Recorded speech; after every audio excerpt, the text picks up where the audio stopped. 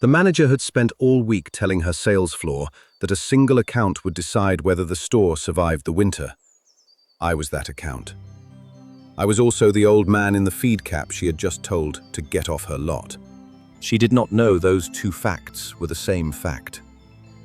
That is the whole story, really. And I could end it right there, except that you would miss the best part, which is not what happened to her.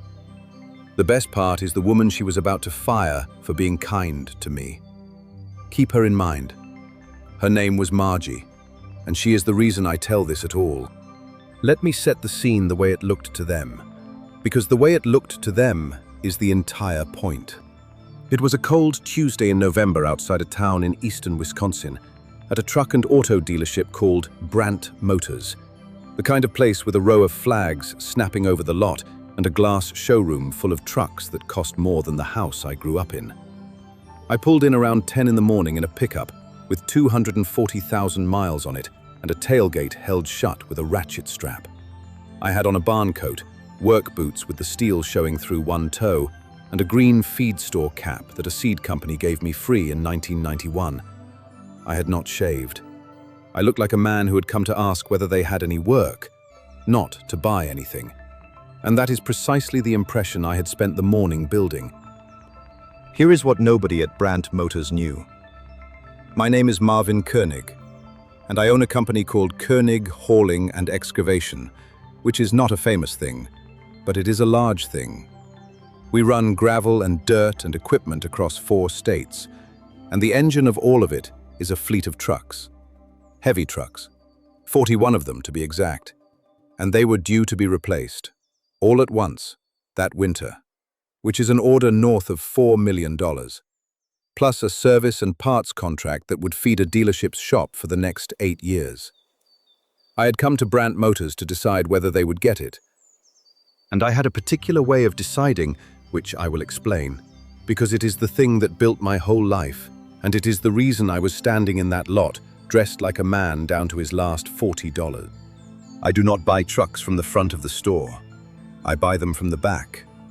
What I mean is, I do not announce myself, sit in the owner's office, and get the polished version. I show up looking like one of my own drivers. Because my drivers are who will actually be coming to this place for the next 8 years, at 6 in the morning, in the rain, with a busted U-joint and a load due in Chicago.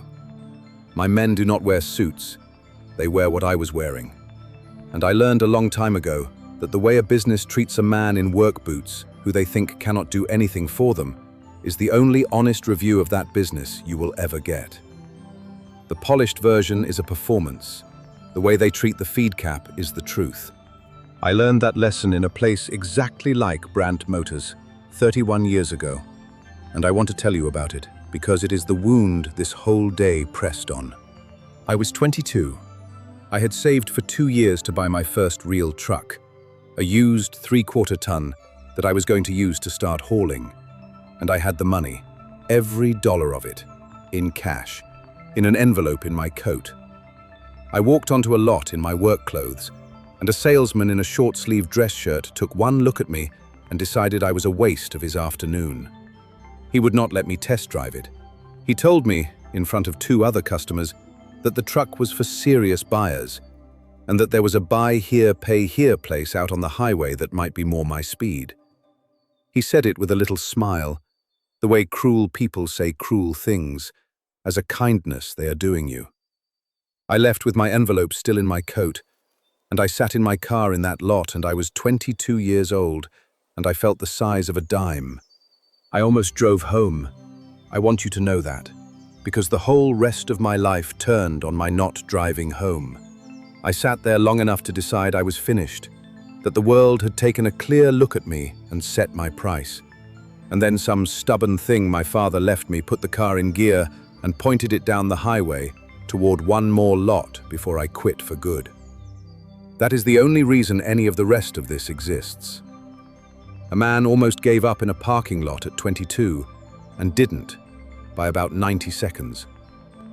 There was one other thing that happened that day, and it matters more than the cruelty, so hold on to it.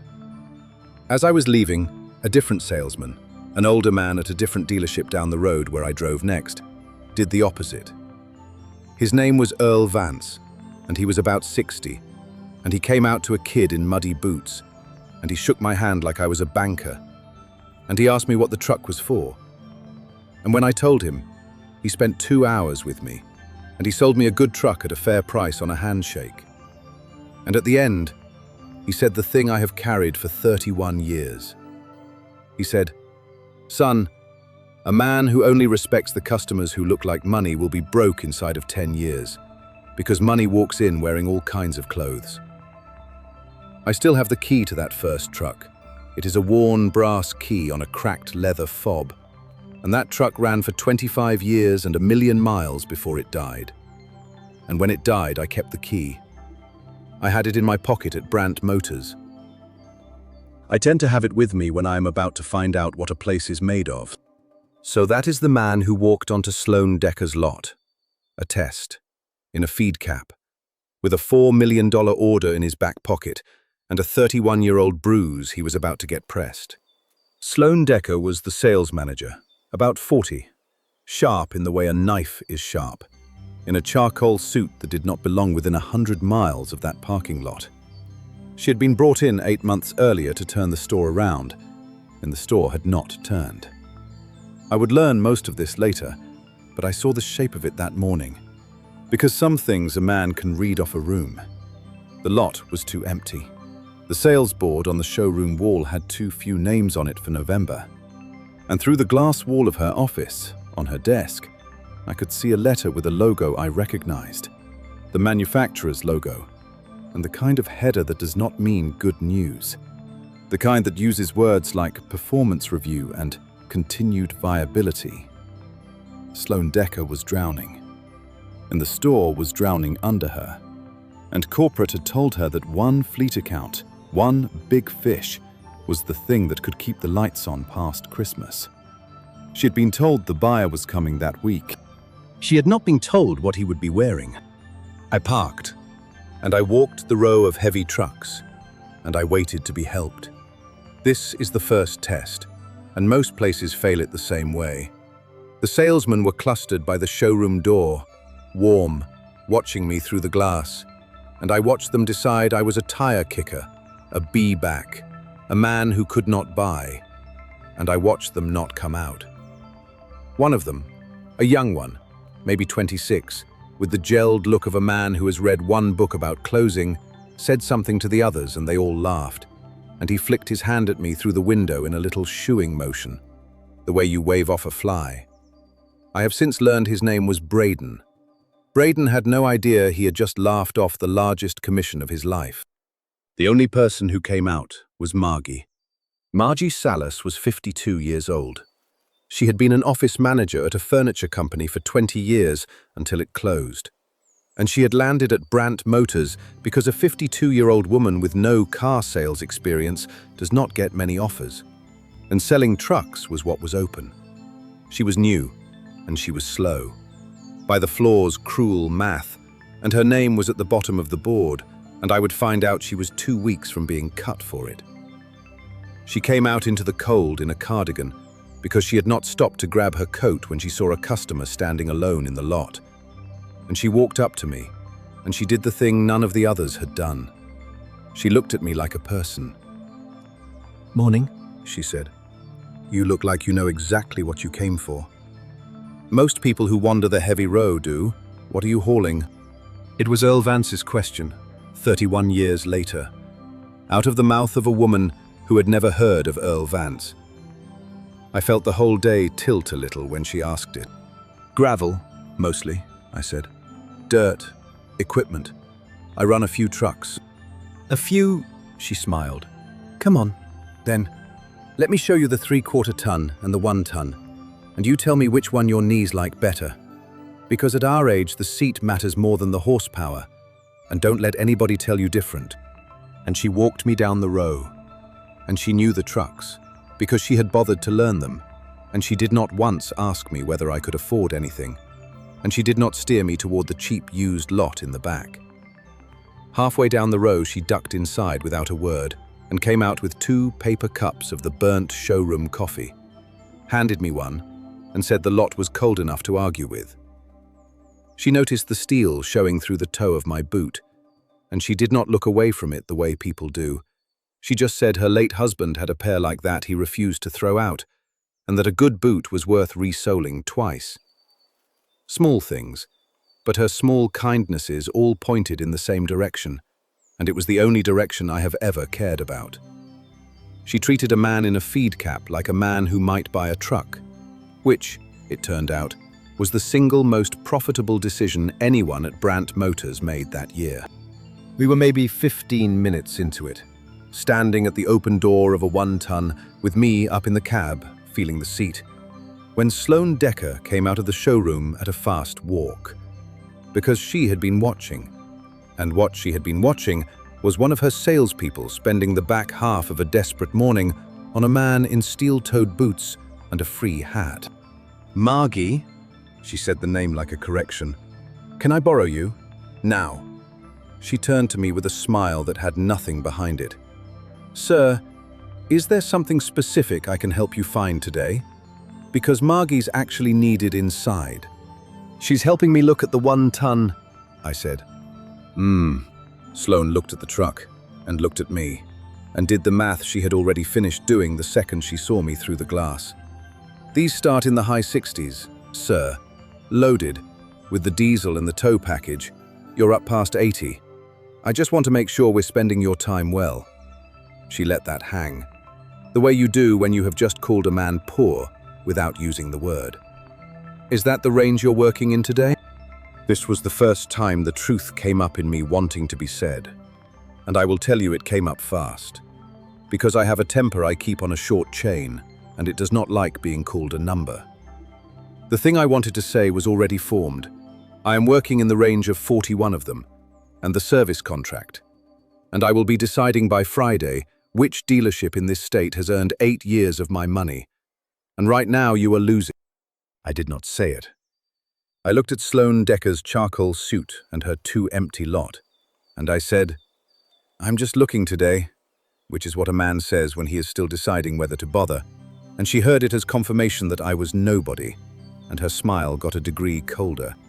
"Of course," she said. "Margie, inside.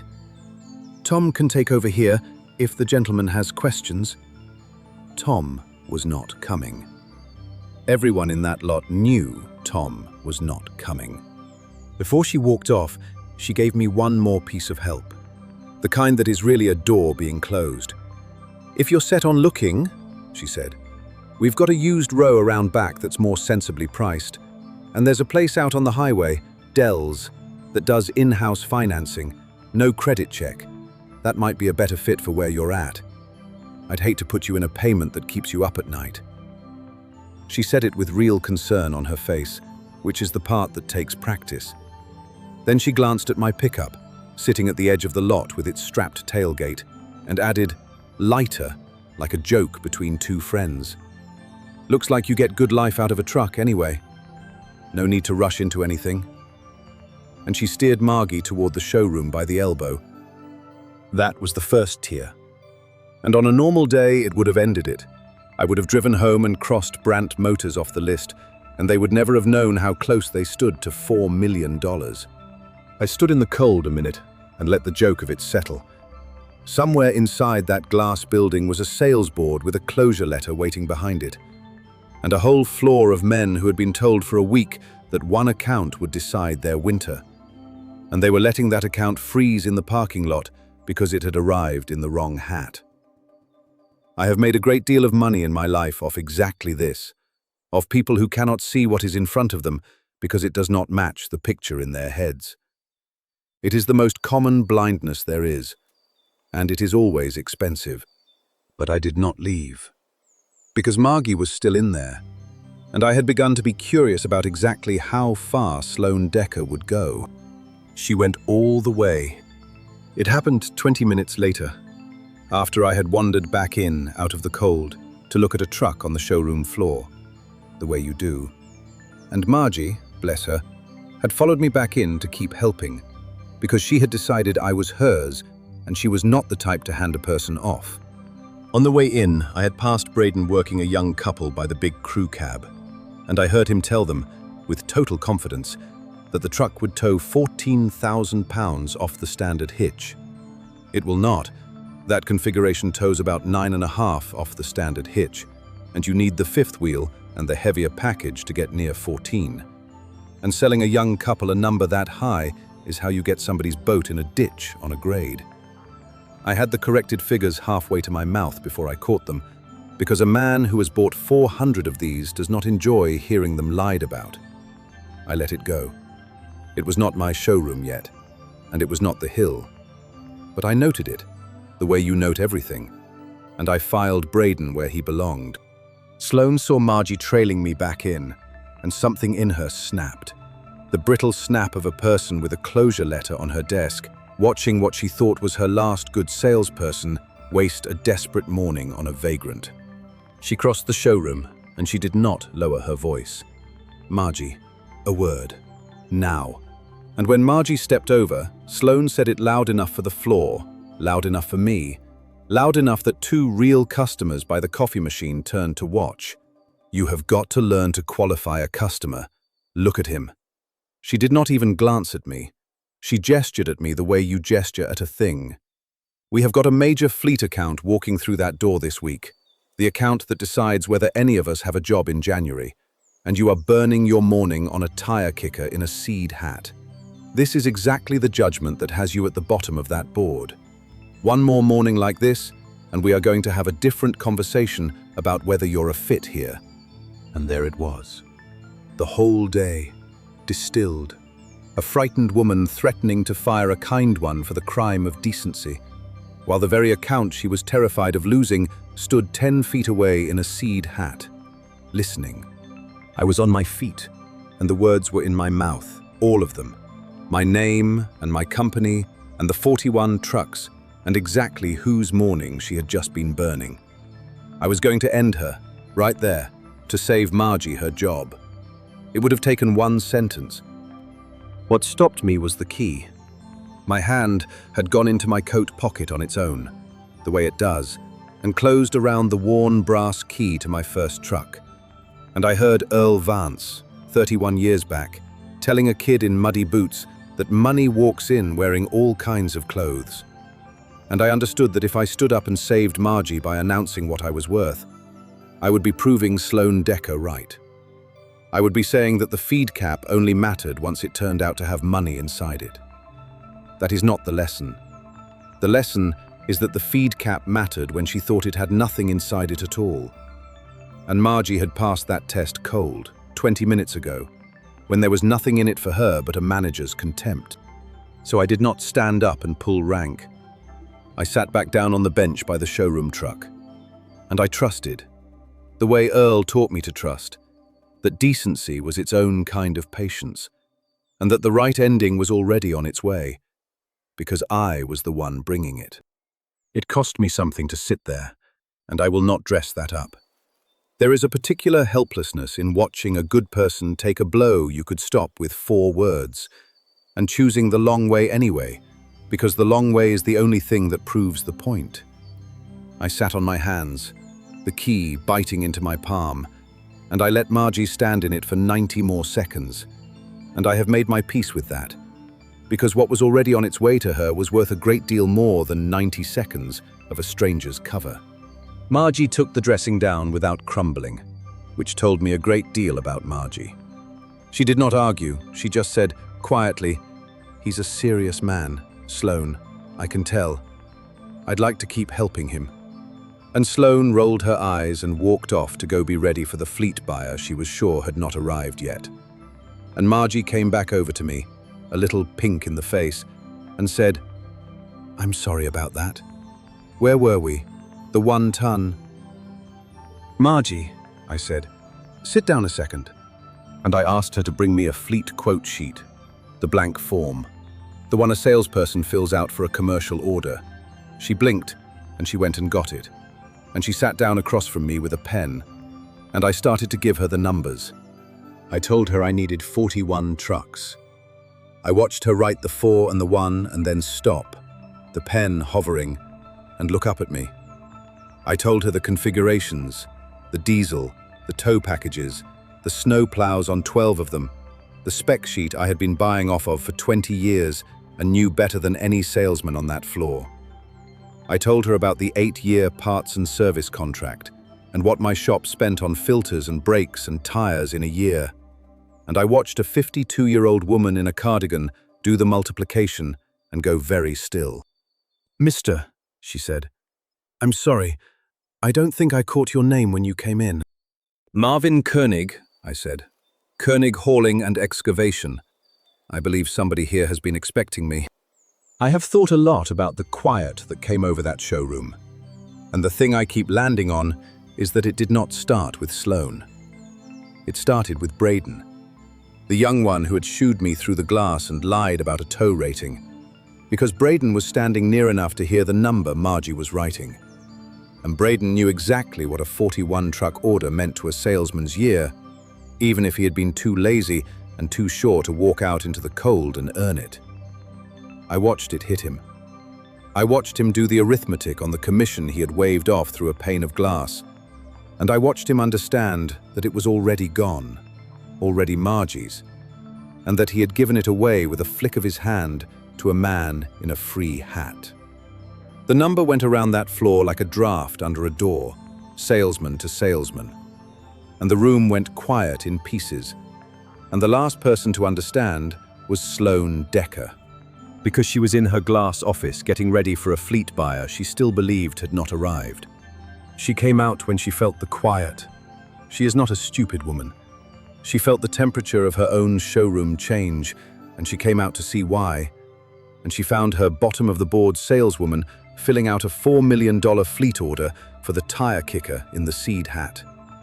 And I watched the whole morning rearrange itself behind her eyes. The shoeing, the high 60s, Margie, inside, the tire kicker in a seed hat, the account that decides whether any of us have a job in January. All of it, stacked on top of the man she had spent her morning trying to sweep off her lot. To her credit, she did not try to lie about it. There is a kind of person who, caught, immediately pretends they were warm all along, and Sloan was at least not that. She went pale, and she came over, and she started to say my name, and I held up a hand, because I had no interest in watching her grovel, and even less in watching her perform a warmth she had not had 10 minutes ago. "Mr. Koenig," her voice had gone careful, "I think there's been a real misunderstanding, and I'd like the chance to—" "There hasn't," I said, not unkindly. I have buried a temper for 30 years and I was not going to dig it up for her. "There wasn't any misunderstanding, Miss Decker. You understood me perfectly. You saw a man in work boots and a free hat, and you decided, correctly, that he could do nothing for you. And then you showed me exactly who you are when you think no one important is watching. That's not a misunderstanding. That's the most honest thing that's happened in this building all month." She didn't have anything to say to that. There isn't anything to say to it. I told her the rest of it plainly, because she had earned plain. A store does not die because the lot is too empty or the board is too thin. Those are symptoms. A store dies the day the person running it decides that some customers are real and the rest are a waste of the floor. Because people can always feel which of the two you have decided they are. And nobody comes back to the place that made them feel like the second kind. She had not been losing that store to bad luck or a soft market. She had been losing it, one feed cap at a time, to exactly the thing she had just done to me. I will not pretend the next part was complicated, because the satisfying thing about how I do business is that it is very simple. I told her I had come to choose a dealership for an 8-year relationship, and that the only thing I was actually buying, underneath the trucks, was the way my drivers would be treated at 6 in the morning in the rain for the next 8 years, and that she had answered that question for me completely. And then I told her the part that I think landed hardest, because it was true and because it was quiet. I told her that the woman she had just threatened to fire in front of the floor for being kind to a man who looked like he had nothing was the only person in the building who had earned $1 of my money, and that she would be earning all of it. The owner arrived in the middle of that, an old man named Gene Brandt, whose father's name was on the sign, who had been called in for the big fleet meeting that was supposedly happening later that week, and who walked in to find it already happening on his showroom floor, conducted by his lowest-ranked salesperson in a cardigan. Gene Brandt had been selling trucks since before Sloane Decker was born, and he understood the shape of what he was looking at in about 4 seconds, the way old salesmen do, and you could see the grief on him. Because Earl Vance's rule is not a secret to good dealers, and Gene Brandt knew that his store had just very nearly run $4 million off its own lot, because the manager he hired could not see money that walked in wearing the wrong clothes. Gene came across the floor slow, on bad knees, and the first thing he did told me everything I needed to know about how his family's name had stayed on that sign for 50 years. He did not come to me first. He went to Margie. He put a hand on her shoulder, in front of the same floor that had watched her get dressed down 20 minutes earlier, and he said, "Margie, I understand you're looking after our most important customer today. Thank you. Whatever you need from me, you've got it." And then, only then, he turned and came and shook my hand. An old salesman knows where an apology goes. It does not go to the rich man. It goes to the person who did the right thing back when it cost them something and could not possibly pay. I did business with Gene that afternoon, in his office, with Margie at the table, because I told him I would sign the order only if Margie wrote it, and Margie carried the account. And Gene Brandt, who is a smart man, did not argue with me for 1 second. Margie Salas, 2 weeks from being cut, walked out of that office as the fleet manager of Brandt Motors, with the single largest commission anyone at that store had earned in a decade, and an account that would pay her well for the next 8 years. Sloane Decker did not get fired in a scene, because I do not enjoy scenes and because firing her was not my job. What happened to Sloane is the natural thing that happens to a manager who nearly closes a $4 million deal by sneering at the buyer, which is that the owner who watched it happen does the math on her judgment and reaches the conclusion the math demands. She was gone by the new year. I am told she landed somewhere else, selling something else, and I hope, without much confidence, that she spends some of her nights thinking about the seed hat. Because the only revenge I have ever found that does any good is the kind that makes a person actually look at themselves, and I have no way of knowing whether she did. Braden, the boy who shooed me through the glass, did not get the commission he laughed off. He stood at the edge of that showroom and watched the largest deal of the year go to the woman at the bottom of the board. And I would like to believe that taught him something. But he was young and very sure. And the young and very sure usually have to be taught the same lesson several times before it takes. And Margie, I drove out to see her about a month later, after the first trucks had been delivered. And we sat in the office that used to be Sloane's, and I finally told her about Earl Vance, the old salesman who shook a muddy kid's hand 31 years ago and said the thing about money walking in wearing all kinds of clothes. I told her she had said almost the exact same words to me in the lot, about hauling, without ever having met him, and that it was the reason she had the account and the office and the rest of it. I took the worn brass key out of my pocket, the key to that first truck, and I let her hold it for a second. The cracked leather fob, the brass gone soft from 30 years of my thumb. "I keep this one," I told her, and I took it back, and I put it away. "It's mine, but I'll tell you what Earl told me, and you can keep that. A man who only respects the customers who look like money will be broke inside of 10 years. You already knew it. That's why you've got the desk." She did not cry, which I respected, and she did not make a speech, which I respected more. She just looked at the key going back into my coat, and she said, "Earl sounds like he was good people." "He was," I said. "So are you?"